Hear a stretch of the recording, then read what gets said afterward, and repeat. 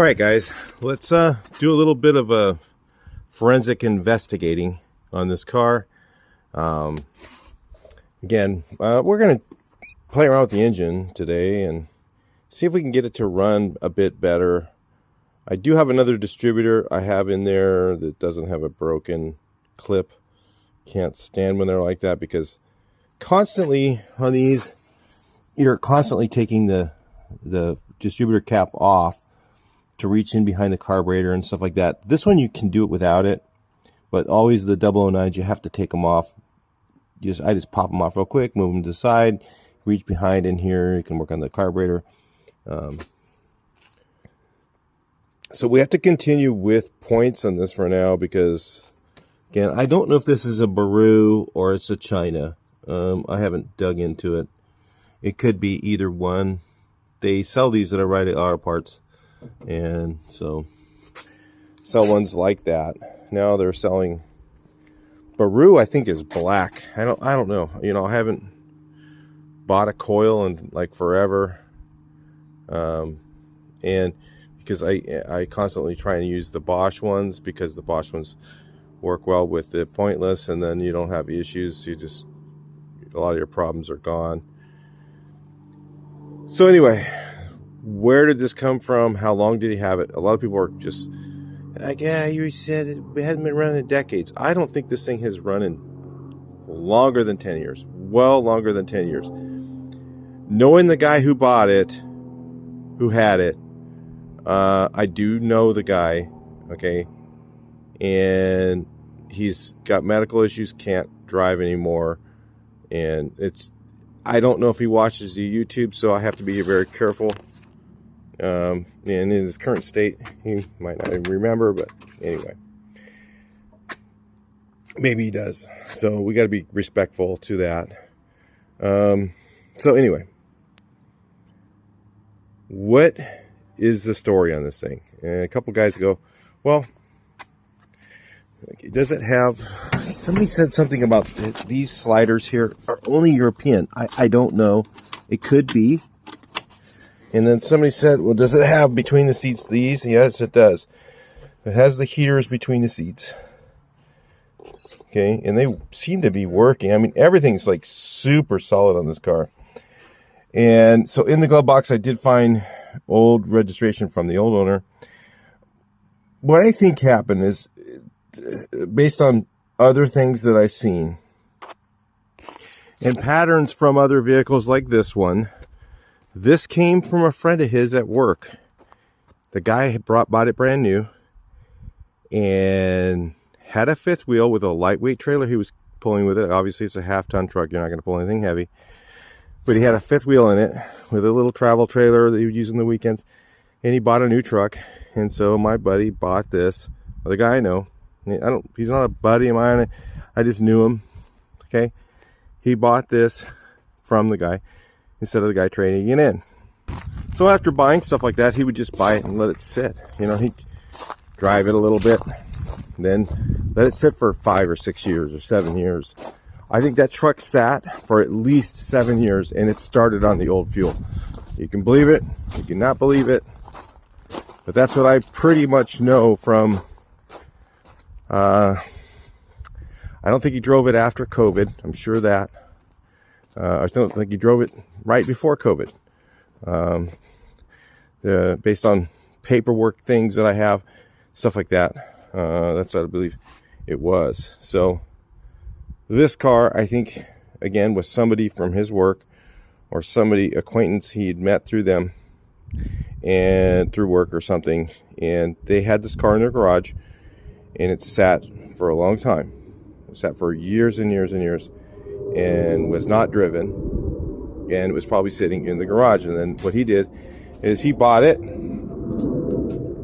Well, of course, you know, we all have intentions to fix stuff, but he obviously had a lot of intentions to fix things and never really transpired any of them, because we have another Beetle we haven't gotten into it yet, guys. We have another Beetle that I'm going to show you guys here in the next couple videos. I just haven't had a chance to film the rest of it. I filmed the rescue, but I haven't, you know, it's too short, so I have to add some more footage in here on it. because again, I was kind of a hurry to get these cars out, so doing long will it run, videos at the property was a little difficult. Some of them just started right up. And so anyway, the cars need to be moved out of there. I had to get those out of there as quickly as possible because they got to get that house sold. So anyway, I believe that since began then. One of the reasons I believe that is because this throttle shaft is so loose on this carburetor that this thing was not being driven like that. There's no way. And the way the timing was and where the idle was set, I don't think they ever drove it like that. From more investigation, I think the engine is probably brand new. I don't even know if it's broken yet. I mean, the oil was perfectly clean. Okay.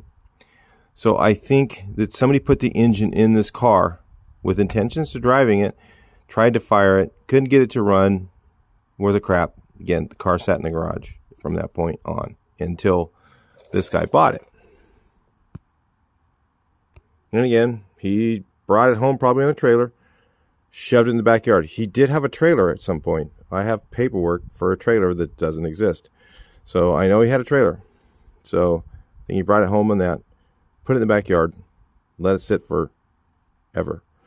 Just like he did with the Chrysler. He drove it to that spot, intending, of course, to work on it, tore the top off it. It used to have a cloth top on it. And he tore that off, intending to work on it. Probably sanded on it for 10 minutes and went, oh, this is not fun. And then didn't finish it, like a lot of people do.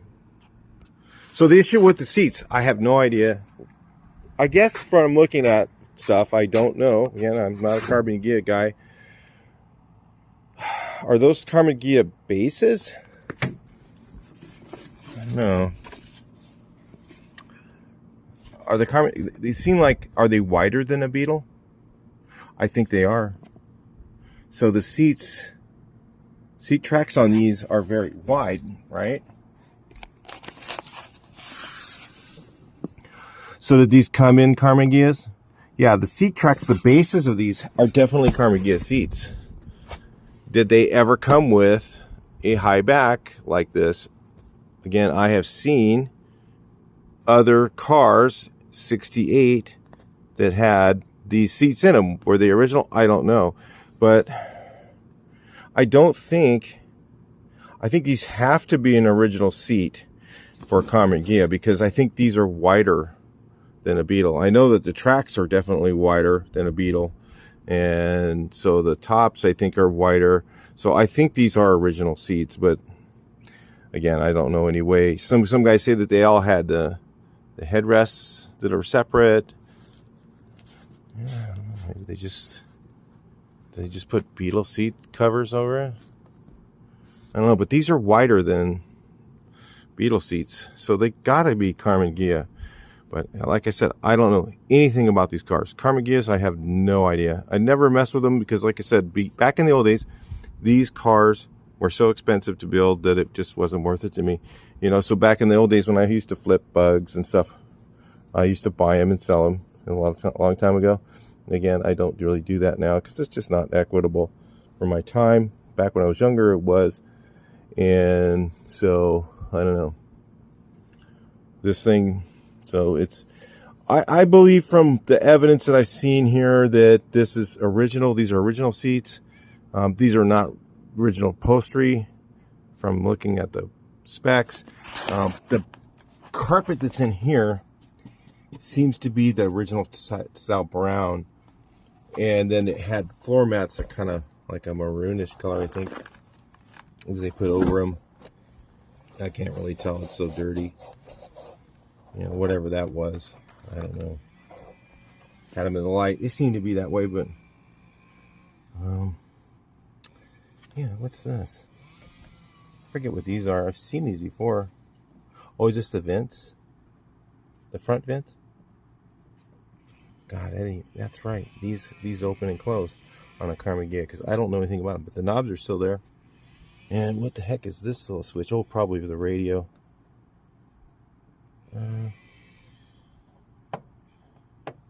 Probably the radio. Somebody did that. I don't know. Play around with that. Who knows? Oh, that's the alarm, maybe. But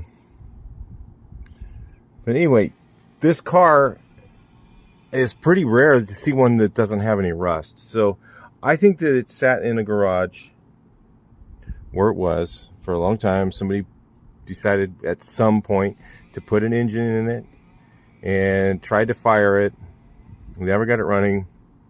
And I think that's an original rebuilt engine from, I'm going to guess, back to the 80s. I'm going to guess back to the 80s or early 90s or mid 80s, mid 90s. I don't know. Somebody bought an engine, put it in this car, sat in a garage. This guy found out about it. The person was probably elderly or same situation. Maybe they couldn't drive it.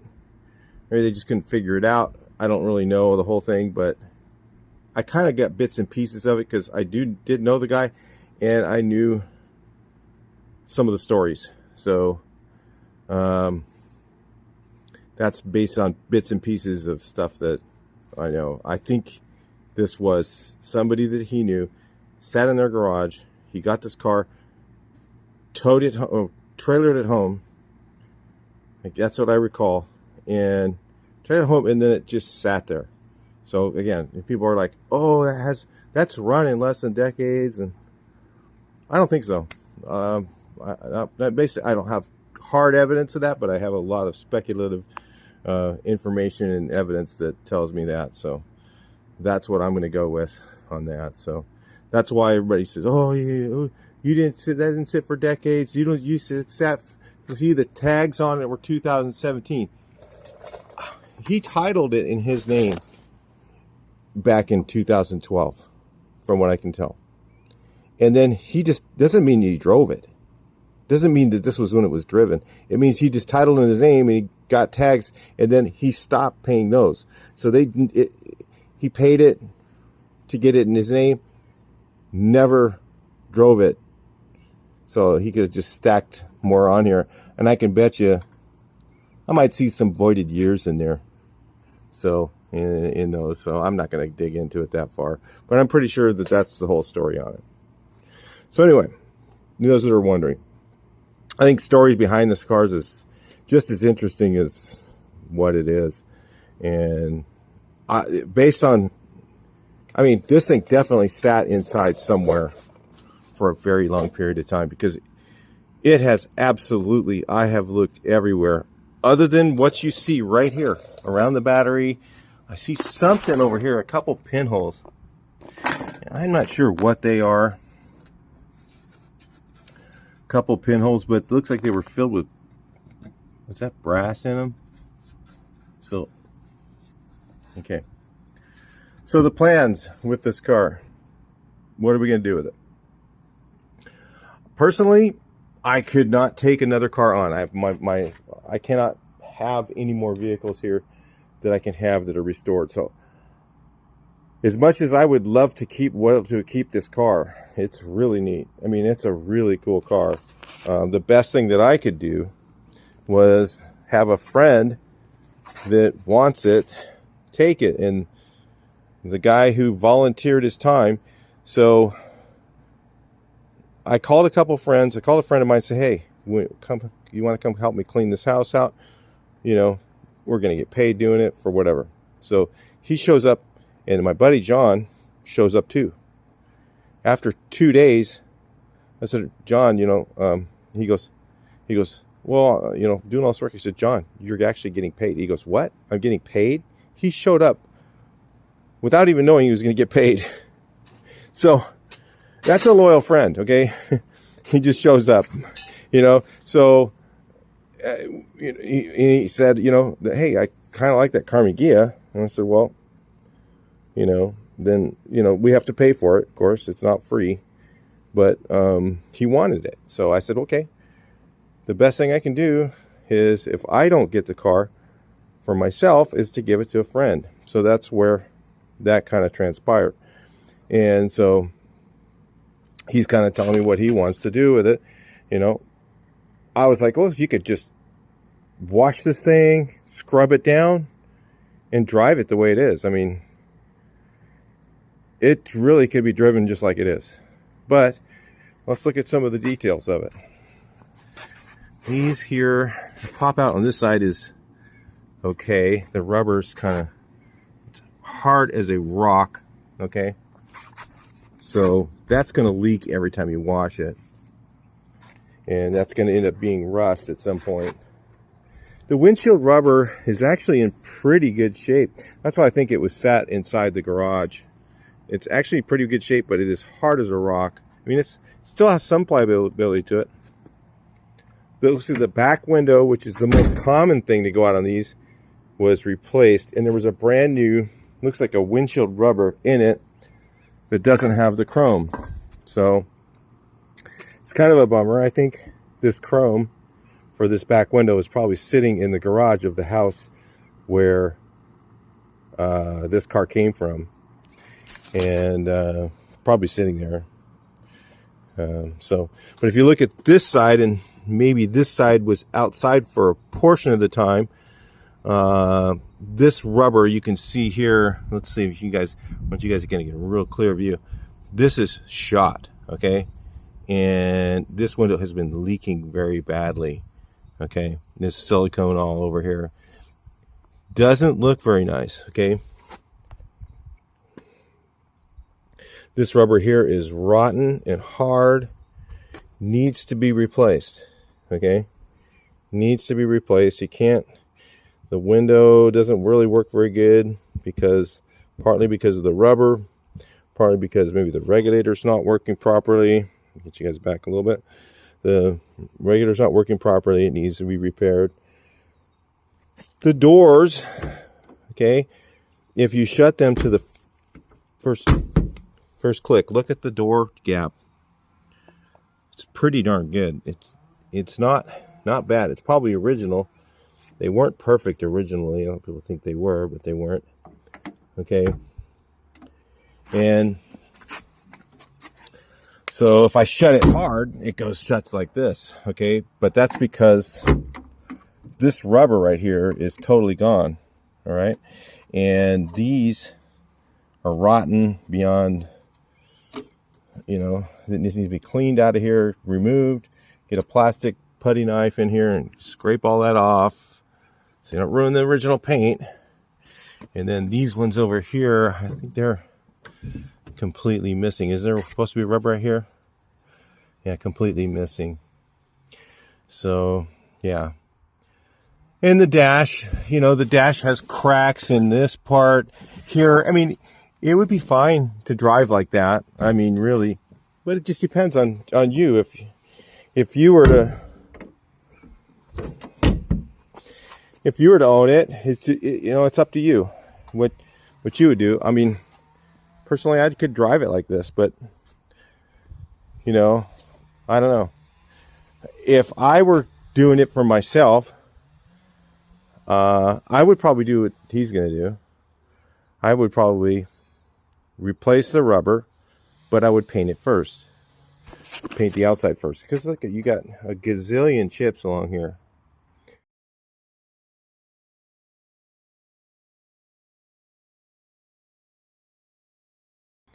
You got Bondo cracks all over this. Okay. You drive it around and wash it with Bondo cracks in it like that. Eventually those are going to go through the cracks and into the metal, and you're going to have rust issues if you drive it for a long period of time like that. And so the same thing with this door. It shuts pretty good. The gap's a little off here, but I think door could be just a little bit tweaked. I think this quarter was repaired. The door was probably no rust issues again. But the same thing, you know, the door rubber's here shot. This little triangular piece that goes right here, that goes into this thing, which keeps the door so that it shuts like, I don't know, like that. Okay, so it shuts like that. It shuts about like that. Okay, is gone. So, and these rubber here, every time you wash it, you're going to get, you know, the interior going to get wet. And if it gets wet all the time, you got water soaking in the carpet, eventually you're going to have rust issues from that. So you have to make decisions on what you're going to do. And personally, if I was going to do it, makes no sense to just put new rubber in. So if I just put all new rubber in and I don't paint it, okay, I'm not saving the original paint because there's no original paint on this. This is all repainted. There's the original paint underneath there. So there's the original paint. I'll give you guys, use the lens so you can see it. That's the original paint underneath. So you're not saving the original paint that's on this. It's just been repainted and been bondoed up, fixed, you know, and who knows what the condition is underneath that. But so if you look at it this way, you could do two things. You could just drive it the way it is. Again, if you drove it the way it is, you're going to have water getting in the car. Or you could just replace the rubber and leave the original paint, or not, or leave the paint that's on it. And then at some point, when this Bondo starts to get bad and crack and cause rust, you're going to want to paint it. So then you've got brand new rubber you got to take all apart to repaint it. So to me, what makes the most sense is to sand down the outside, repaint the whole car, take it apart, put the new rubber in once, and be done.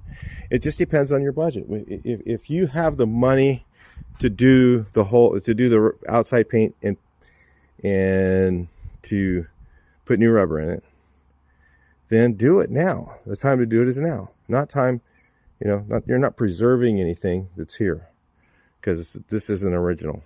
This is repainted, even though it looks cool. All right.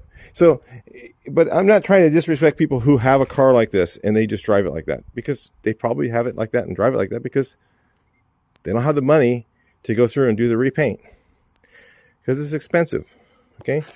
So that's what, personally, I would do the same thing. Now, he wants to do a couple other things to it that I don't know if I would do or not.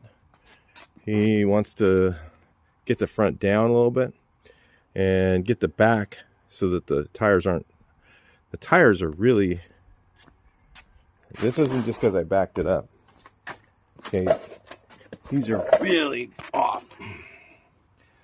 So I don't know, at some point someone did a torsion adjustment. They raised it up for whatever reason. I don't think that's the original stance. Who knows the stories behind it? Maybe when it was in the accident, they changed the axles, whatever. Could be part of the same issue from the Bondo that's in this quarter. There's Bondo here. There's Bondo in this. Okay. You can see right here, there's cracks in here. You can even see them. Little cracks in there, micro cracks in here. This has kind of thick around here. You can feel it's thicker. It's thinner over here. So it looks like it was hit on that side and it did some damage here on this side. So there's some Bondo cracks here and around this corner. All right. Who knows? And like I said, we don't know until we take it apart and see what it is. So that's, okay, what needs to be fixed on it. You can do that, paint and blend it, but it's like I said, if you're going to replace the rubber, now's the time to do paint. Do it, paint it once, put the rubber in, be done. Then, you know, we're going to leave the jams original paint. So all this is just going to get cleaned inside here. All this, we're just going to clean it and preserve as much of the original part of the car as we can. The inside of the dash is going to be the last thing to do. So, you know, he could decide to replace. He doesn't like the cracks in the dash, and I get it too. I don't want to look at cracks while I'm driving down the road. I would rather look at, you know, an original, nice looking replacement dash. If you got new shiny paint, have a nice new dash and new wood. So we'll probably do the dash and the wood, that, and then the seats. So it's just, he would like the low backs in here, which I would like low backs. I would not want high back seats. And I believe these are Karmann Ghia specific seats. So you could do one of two things. And I'm sure these are original Karmann Ghia, because these are wider than a Beetle, definitely. And this, I don't think will fit, the high back portion on this seat, I don't think will fit on a Beetle seat. Then again, I don't know. I'm not a Karmann Ghia guy. But that's my guess. You guys can comment this stuff. So this seat above, what we'll probably end up doing, I was looking for another set of low back Karmann Ghia seats. They're really hard to find. We could always cut the bars in here, get rid of this thing, and just low back these, okay? Or find a Karmann Ghia seat backs that have the removable headrest. And I believe both those options were available in this year. And I don't know, it could be like, because like I said, these are wider. Why would it? I don't know. You guys can comment. I don't know anything about it. I think these are original, but don't know.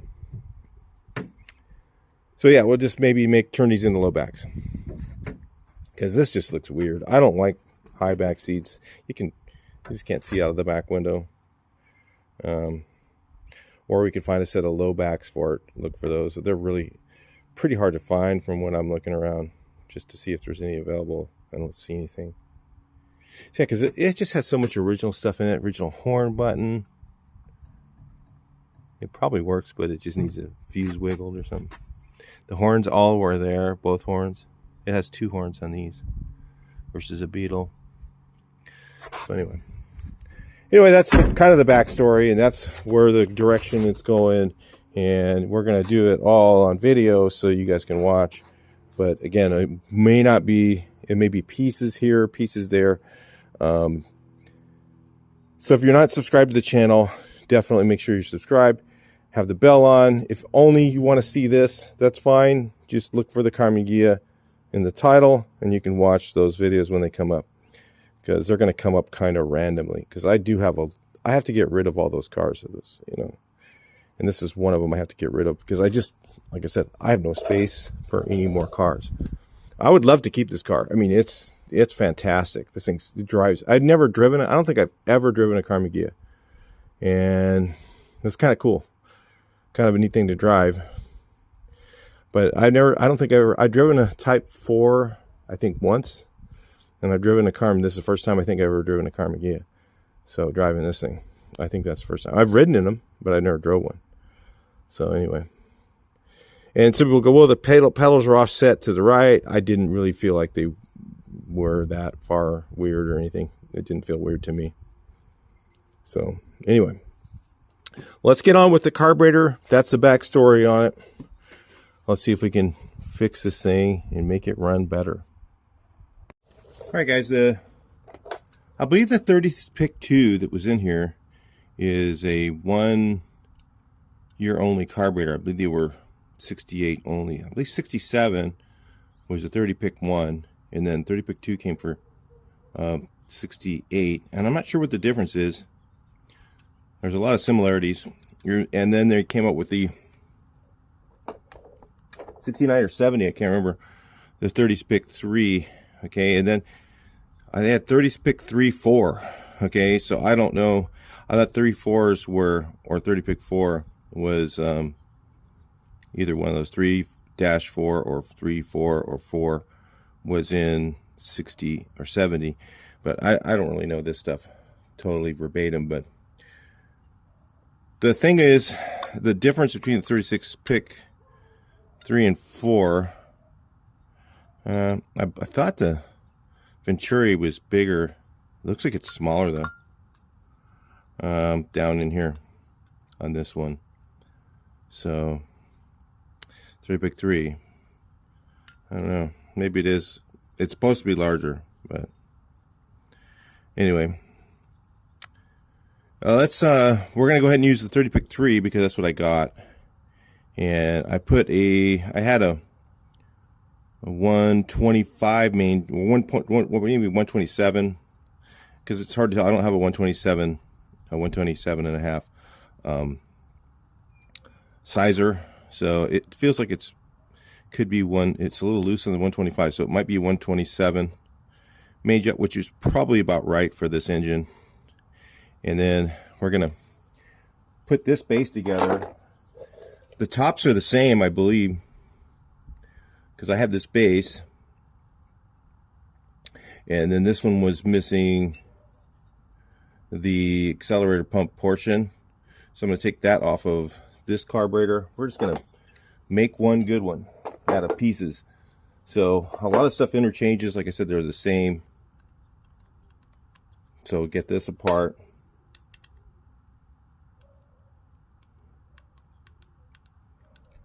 I'm just going to put this accelerator pump on there, because this accelerator pump, this carburetor right here, this section is complete trash. This is just junk. I can use the emulsion tube and something else, but this thing is so loose. Yeah, look at that. That's just sucking air. Giant vacuum leak. So we'll just save all the pieces out of it, throw the sucker straight into the trash, take off all the studs, everything. Needle. The needle only is good on these 30 pick 1, 30 pick 2, and a 30 20 set 28s. So the needle and spring we could save for those. And I don't think anything else interchanges on these.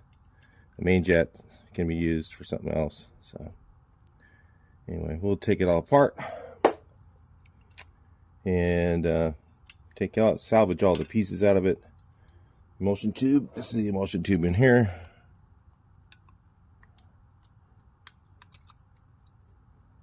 So it's handy to have some of these. Sometimes the emulsion tube can be changed, and that'll change the main jet size too. So I don't really know that much about emulsion tubes, what to change on them. So if somebody says, hey, what size main jet do I use? Well, I don't know what your emulsion tube is. So anyway, take this thing all apart, chuck the rest. This thing's just complete trash. All right, I'll get back to it. I'll bring you guys back in a minute. So I was assembling this, and I noticed I have a whole bunch of base gaskets. I just save them from kits. Every once in a while you need a kit. I mean, so anyway, I want to show you guys this real quick. I'm just going to get these out of my hand. So put these back in the thing here. This is the gasket that was on there. If you notice it, the gasket was broken. And if you notice, it doesn't have the proper holes in it for this one. Because so I ended up having to use the top from this one. Like I said, some of them interchange. You got to look at it real carefully. See, like this one only has one of these little squirter guys right here, or I don't know what this are called. It only has one on the 30 pick 2. The 30 pick 3 has 2 of them. Now the hole that feeds that is right here. And so if I put the wrong base gasket on here, it wouldn't have that hole for that other squirter. I don't know how well that would work. It might just still work. You might not even really notice any difference, but I figure make it right once and then you don't have to worry about it. So like I said, here's the old base gasket from the other one is right here. And if you can see, they don't, see there's nothing that goes around that thing. It's just the hole for the, where it can go from the top, from the bottom to the top.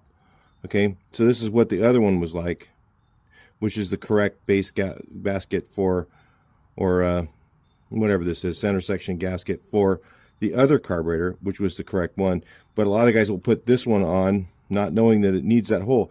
Because if you just match up what's there, a lot of guys just didn't put them together right. They don't.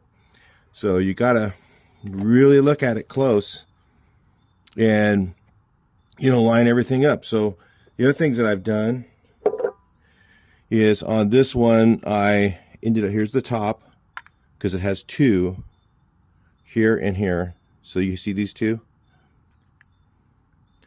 And so this goes on like this, right? So there's two. That's the hole that feeds that one. That's the hole that feeds the other one. It'd probably work without it, but who knows? I'd rather have it right. So anyway, and I put the jets from the, I know just from experience of 55, somewhere I think a 50 and a 60 is what I got in there for now, and we'll just see how it runs. And we'll probably have to change those. But yeah, I put this piece on here. The lever goes this direction. You know, this is why you save your old carburetors, because you can take pieces of them and make one good one a lot of times with the old parts and have a better carburetor than what you get from those. I don't think they make 30s. I don't know. I think they only make 34s. So, yeah. Anyway, we'll get this rest of it put together. I saved all the choke pieces and the spacers from different ones and put the correct screws on it, and then got it to adjust correctly. Made sure the take this out. This is the choke pull off. So when you start the engine, vacuum will go inside here and pull this. So you need that little spring in there and everything. So it pulls this open after you start the engine. So right when the engine starts, if the choke doesn't open right away and it's chugging, then you've got an issue here. So you need to know all this stuff when you work on these. So you can't just go down and just grab a new carburetor and just figure it's going to solve everything. You need to know how this thing works. So just take it apart and just look at it carefully. Take your time. There's no hurry. And make sure it's correct. So anyway, let's put the screws back in this thing. Move on to the next program. All right, let's give it a little prime, just because it takes less time to get the fuel up here. That's the reason I did that in the first start video. Just so it doesn't take so much cranking. Just a little something in there.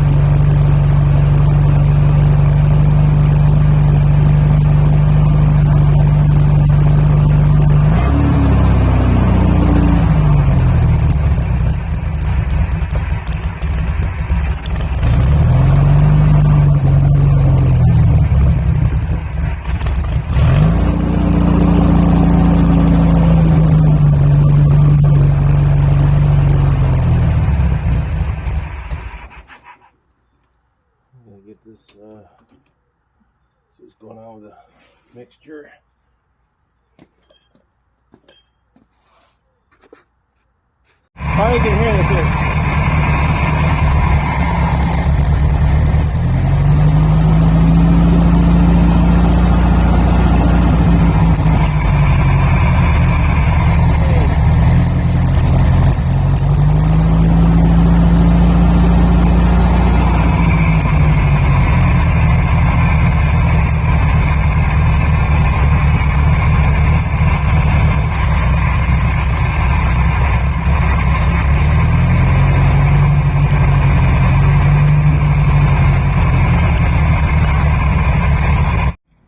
To me, just everything has to be right. Like this needs to be just to get a spot weld on here so that I can set the timing easily. Then I had to get the carburetor off again, and I'm fighting the distributor being in the way. And usually I'll pull the cap off, and I can't pull the cap off because the Mickey Mouse thing's missing. The thing for the spring, the little pin is missing. So I got to pull the distributor off, fix all that stuff. Got to get it right, or it's just going to be constantly. You'll never want to get it right because you got all these problems. So you just got to make everything right, or you're going to have issues. So I'm going to see if there's some little piece of base gasket or something around here that I didn't see. Sucking some air somewhere in there. I'll take a look at this again. Oh, yeah, some base gasket here. Here's where the problem is. All right, so that's part of it. Just everything's got to be right, guys. So let me clean this all off here. Whatever was this remaining stuff on here. Looks like paint. Like I said, this engine's brand new. I think this engine was brand new. Somebody assembled it. They didn't know what they were doing. Couldn't tune it. Sold it to the guy I know. He got it home. However, never drove it. I don't think he even drove it home. I think he just, if I recall correctly, he had it towed to his house or had it pushed it to his backyard and there, intended to work on it. I don't know how good those intentions are, but you put a straight edge on here. Gotta check everything. Well, I'm gonna hit this with a tack weld so I can set the timing. Just throw a little tack weld on here because then you don't have to put a wrench on this end when you're trying to time it, because you always end up timing these things, because especially when it has points. You're constantly checking timing, or you're checking dwell. Usually what I'll do is I'll set the dwell and then at 45, and then what I'll do is once you reset the dwell to 45 again, you don't have to set the timing normally. So I hardly ever have to retime them. But once to get it tuned correctly right now, we got to do all that stuff. Plus, the motor needs to come out. This hose needs to go. It's 1/4 inch fuel line. This should be a metal line here. I make everything the right way when I do stuff. I don't like stuff, the motor needs to come out of this thing and do everything right. Start over, because somebody, to me, all just little stuff like this drives me nuts. If it's not correct, then every time you work on it, it's a pain in the ass, so you don't work on it. All right, we got our Pro Mouse baling wire job. That's stainless steel baling wire. Pro Mouse is when you do a Mickey Mouse thing, but you do it in a professional way. So this is stainless steel, so we didn't go this cheap stuff that rusts out. There's a pin in there that's just gone, and I don't have a roll pin that small. So the other Pro Mouse thing is to weld this side of it so that all you have to do is tighten this nut every time you do the timing, and that's the way most of them are. So we just went ahead and put a new spot weld on there, or pretty fat one, but it's fine.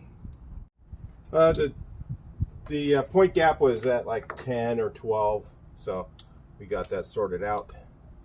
Got it up to 16, or it should be, and we can put this back on. And I usually will only remove the bolt down here, so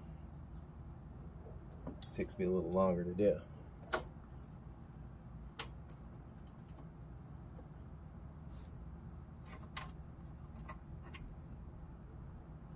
There's actually a washer on here, which most of the time they're not there, especially after I'm done working on them, because there's a bracket there that, you know, it does the job pretty well. And you're taking these things out all the time to change the points, I would hope, as you're doing it inside the car, which is a much harder thing to do. Much easier to gap the points with the distributor out. So that's generally what I do.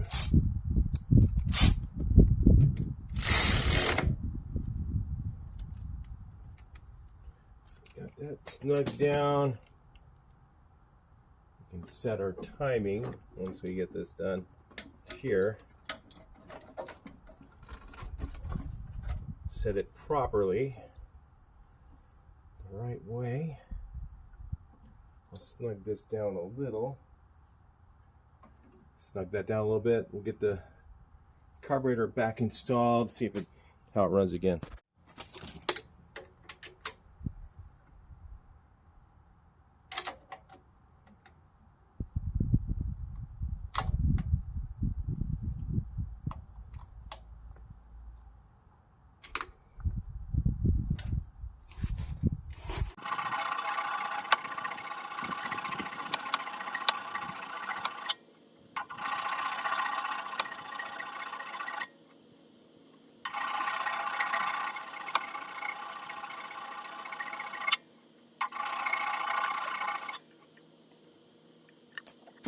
All right, let's see how this thing starts now. It's hard to say. I gotta put a timing light on it again. So we'll do that. It's kind of not very good lighting right now. Maybe I'll try and back it up a little bit so you guys can see a little bit better. If I can start it up and back it up just a few feet. Get it into the shade.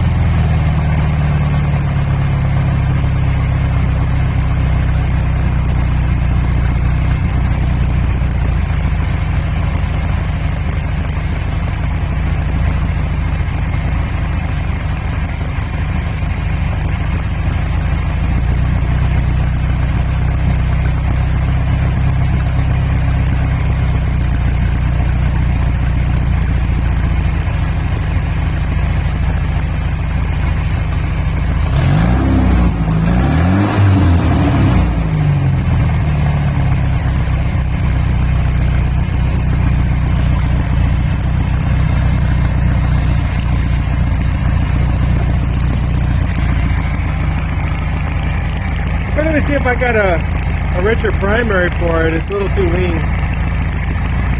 Trying to roll the idle a bit. I don't know. I'll take a look and see when I got one. I mean, it's running okay right now. It could run better. Anyway, I was going to try a little bit richer primary, but don't have one, so let's go with what we got here. It's running much better than it was. Yeah. Let's listen to it again.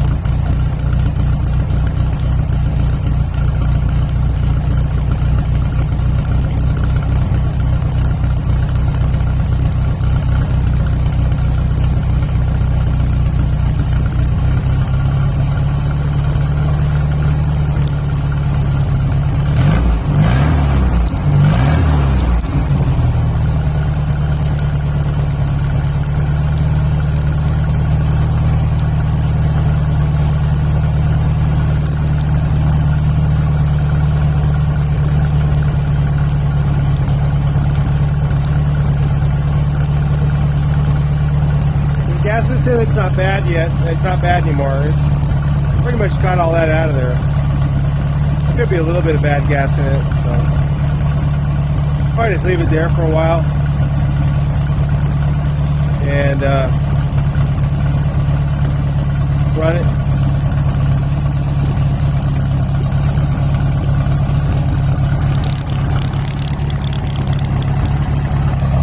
I don't know if I told you guys, but the motor engine numbers match. They match the original VIN number and everything. I think the engine just was rebuilt.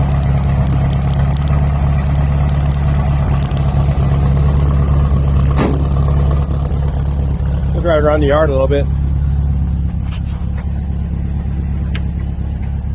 Got it idle a little fast. It'll be okay for now, at least. We're almost out of gas again. What a difference. Oh man. It sounds a lot better.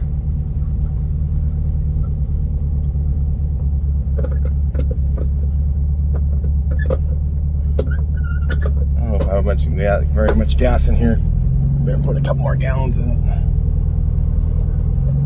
I just put a gallon in to kind of burn out what's in the tank. And then when it finally does get the fresh in there, but it's pretty good. I mean, I think I got most of it out. I don't know what that is. It's a shock or something that's making noise. Something that, oh, you know what? It's probably the torsion bars. They're all messed up. I can hear something's not right in the rear. Probably why it's way too stiff back there. Yeah, something's jacked up back there.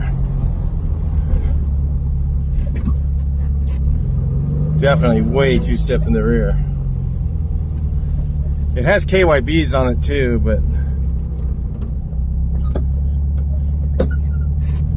I have to put it up on the lift for that.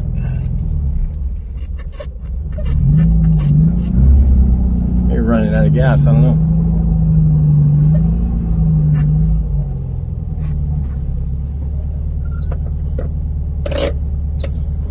Well, it runs pretty good right where it's at. I mean, it's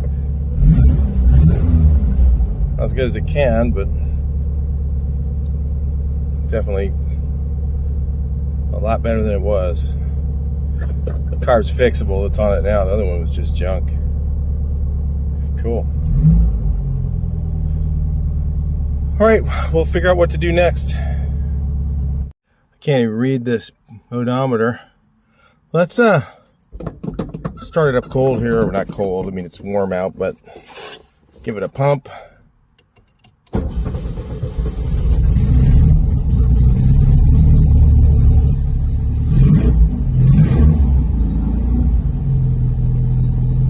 Starts right up now.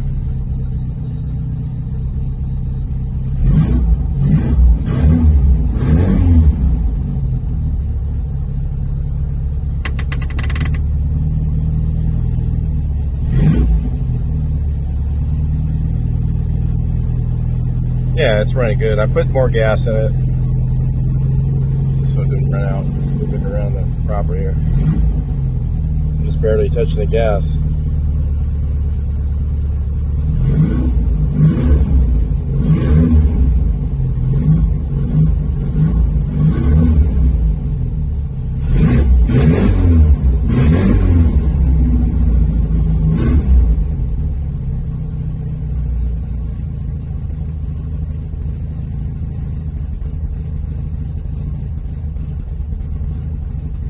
Transitioning a little bit. It's got a little. Once it warms up, it seems to run pretty good.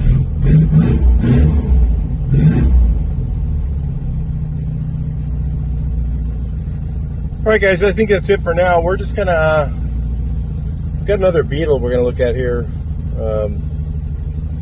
Kind of assess what needs to be done. Man, look at that carpet, man, that's original. Centers, yeah, that's original too. This is original. It's really not too bad. I mean,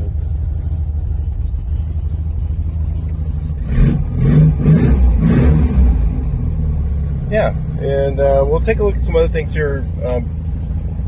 We're looking for the faceplate for this thing still. We thought we had it, but found one for another radio. We might put an 8-track in here just for fun.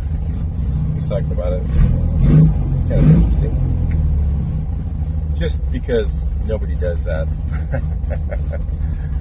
So anyway, yeah, look at this. Wow, this has a light on it. I think it works. I'm afraid to. No, I don't know about that.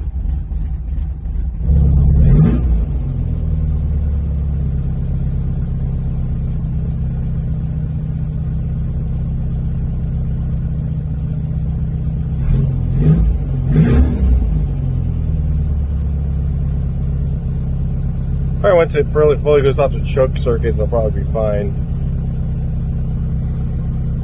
Trying to get that to be perfect is not very easy to do today. Sometimes even possible.